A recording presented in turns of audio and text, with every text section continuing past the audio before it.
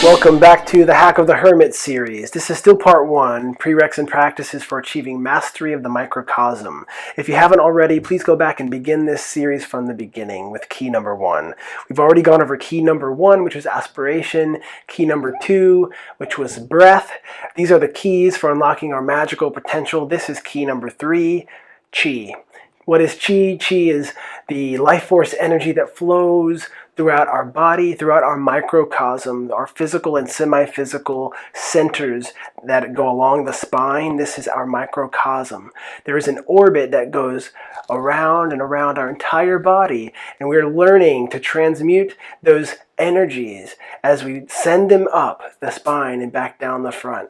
This is the most essential practice that you'll ever practice in advanced yoga. And the first thing you want to do is become aware of your chi. We already moved the body. We already did a very active meditation where we got our physical body moving and our emotional body moving, charging up our chi. Now, since we've done that, we want to do something with that. This is where we move into our sitting meditation. This is our sitting practice. So the first thing you want to do is get the prerequisites out of the way for a sitting practice. This is where grip comes in. What do I do with my hands?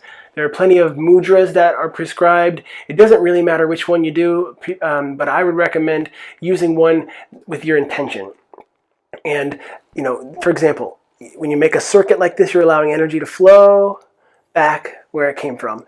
When you do something like this, you close the door and you lock it, you're preventing energy from escaping. When you make mittens and you slam them together and you lock it in, you bring it down to your sacral, you're very firm in your position here, and you're not allowing any energy. You're just locking it in. So the goal here is to prevent excess energy from escaping. Chi will escape out of the palms of our hands because energy is flowing, and it'll go down our arms, and it'll escape out of our hands. And this is actually how we heal as we begin to develop our superpowers. But you don't want to be sending energy out of your hands just yet, because you want to contain as much chi in your body so that you can practice transmuting it. So this is where our grip comes in, and this is also where our height comes in. This is our posture. We want to keep our posture aligned in a healthy way so that we can sit for long periods of time without being uncomfortable. I have these gnats flying in my face in every video here. But you want to sit tall. And if you ask yourself, could I sit a little taller? And the answer is yes, then sit a little bit taller. This is a whole complete practice. So we're going to move into parts where you're going to arch your back and do things that might come natural, and it might feel like bad posture. That's okay. Just when you're finished with that part, bring it back to your default aligned posture. Always have that default posture, which is sitting tall. And then finally, in key number 3, we want to inquire. This is listening into our body and into our belly. We allow the focus of the Magi, which is the light of our awareness and our breath combined.